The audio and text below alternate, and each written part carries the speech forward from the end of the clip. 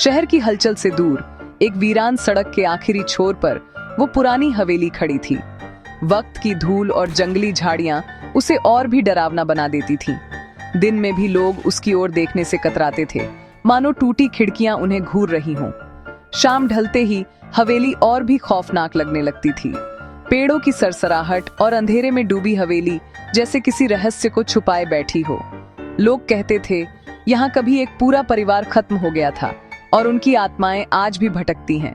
बच्चों को सख्त हिदायत थी कि वे उस तरफ न जाएं। हवेली का नाम सुनते ही बड़े बुजुर्ग भी चुप हो जाते थे। हवेली अब डर और वहम का जीता जागता सबूत बन चुकी थी। कहते हैं जहां इंसान के कदम नहीं पड़ते वहां डर अपना घर बना लेता है। हवेली की ऊंची दीवारें मानो शहर से उसे अलग करती थीं। बाहर की दुनिया चलती रहती, लेकिन हवेली के अंदर वक्त थम सा गया था। रात गहराते ही हवेली में अजीबोगरीब आवाजें गूंजने लगती थीं। कभी किसी औरत के रोने की, कभी बच्चे की हंसी, तो कभी घुंघरुओं की छम-छम। ये आवाजें पास के लोगों की नींद उड़ा देती थीं। कुछ लोगों ने दावा किया कि उन्होंने हवेली की छत पर सफेद साया देखा है। अब हवेली सिर्फ एक इमारत नहीं, बल्कि भूतिया हवेली के नाम से जानी जाने लगी थी। पुलिस को भी खबर दी गई, लेकिन हर बार वहां सिर्फ सन्नाटा और बंद ताला मिलता। पुलिस ने इसे वहम मानकर छोड़ दिया, लेकिन आवाजें बंद नहीं हुई। हवेली का डर इतना बढ़ गया कि अब कोई उस इलाके का नाम भी नहीं लेना चाहता था। सबको लगता था जो भी इस रहस्य के पीछे जाएगा वह लौटकर नहीं आएगा। जब अफवाहें हद से बढ़ गईं, तो केस डिटेक्टिव तारा के पास पहुंचा। तारा तेज तर्रार जासूस थी जो भूत प्रेत की कहानियों पर यकीन नहीं करती थी। तारा ने अपनी टीम, रवि फॉरेंसिक एक्सपर्ट और सिमरन टेक्निकल एनालिस्ट को इकट्ठा किया। उसने कहा, लोग जिसे भूत समझ रहे हैं वह शायद कोई इंसान है। टीम ने आसपास के लोगों से बात की। सबकी कहानियां अलग थीं। कहीं रोने की आवाज, कहीं परछाई, कहीं रोशनी। तारा को यकीन हो गया कि यह डर फैलाने की साजिश है। तारा ने फैसला किया कि असली जवाब हवेली के अंदर ही मिलेगा। टीम तैयार थी, अब बस अगली सुबह हवेली के दरवाजे पर दस्तक देनी थी। अगली सुबह तारा और टीम हवेली के गेट पर पहुंचे। जंग लगा ताला रवि ने खोल दिया। गेट खुलते ही हवेली की खामोशी जैसे टूट गई। अंदर सूखी पत्तियां, जंगली घास और सीलन की गंध थी। मुख्य दरवाजा खोलते ही लंबा गलियारा और कई कमरे नजर आए।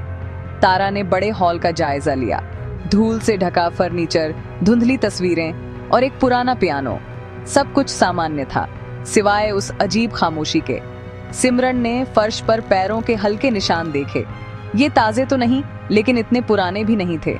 हवेली उतनी वीरान नहीं थी जितनी दिखती थी। पैरों के निशान टीम को हवेली की लाइब्रेरी तक ले गए। वहां किताबें बिखरी थीं, जैसे किसी ने कुछ ढूंढने की कोशिश की हो। रवि को एक किताब पर कम धूल दिखी। जैसे ही उसने किताब निकाली, अलमारी का हिस्सा पीछे सरक गया। पीछे एक गुप्त रास्ता था।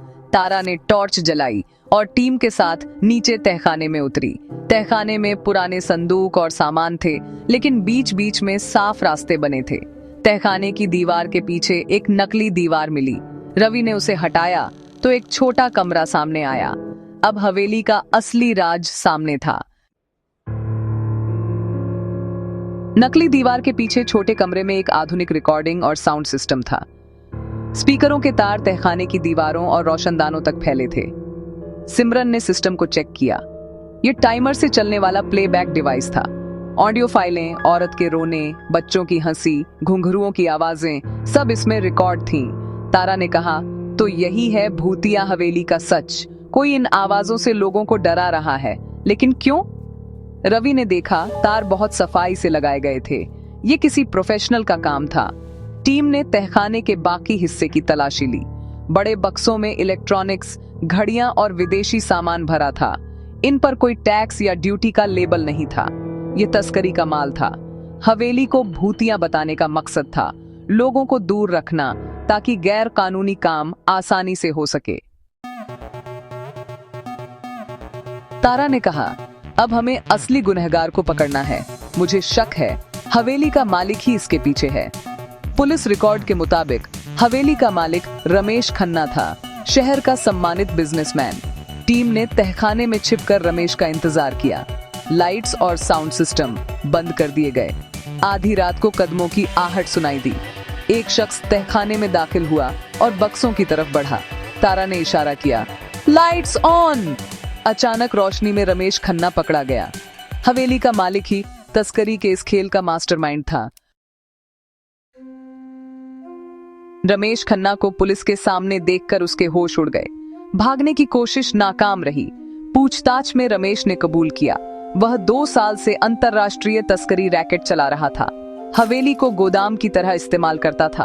उसने भूत प्रेत की कहानियां गढ़ी, साउंड सिस्टम से डरावनी आवाजें बजाईं और अफवाहें फैलाने के लिए कुछ लोगों को पैसे दिए। वह हफ्ते में 1-2 बार रात में माल छुपाने आता था। उसे लगा उसकी चालाकी कभी पकड़ी नहीं जाएगी। तारा और टीम ने सारा तस्करी का माल और साउंड सिस्टम जब्त कर लिया। रमेश की गिरफ्तारी की खबर शहर में फैल गई। लोग हैरान थे कि एक शरीफ दिखने वाला इंसान इतना बड़ा अपराधी निकला। अगले दिन अखबारों में छपा, भूतिया हवेली का सच। शहर के लोग हैरान थे कि उनका डर सिर्फ एक साजिश थी। हवेली के आसपास के लोगों ने राहत की सांस ली। अब उनकी रातें बिना खौफ के गुजर सकती थीं। डिटेक्टिव तारा और टीम की हर तरफ तारीफ हो रही थी। उन्होंने न सिर्फ रहस्य सुलझाया बल्कि तस्करी रैकेट का भी भंडाफोड़ किया। यह केस मिसाल बन गया। डर और अंधविश्वास का फायदा उठाकर अपराधी अपने मंसूबे पूरे करते हैं, लेकिन सच की रोशनी सब उजागर कर देती है। यह कहानी सिखाती है, डर अक्सर हमारी कल्पना की उपज है और कुछ लोग इसी का फायदा उठाते हैं। सतर्क रहना जरूरी है। अंत में हवेली अब भूतिया नहीं थी, बस एक पुरानी इमारत जो एक बड़े अपराध की गवाह बनी। रमेश और उसके साथी कानून के शिकंजे में थे। हर रहस्य के पीछे एक सच होता है और उस तक पहुंचने के लिए डर को हराना पड़ता है। सतर्क रहें, क्योंकि कभी-कभी साधारण चीजों के पीछे गहरा राज छुपा होता है।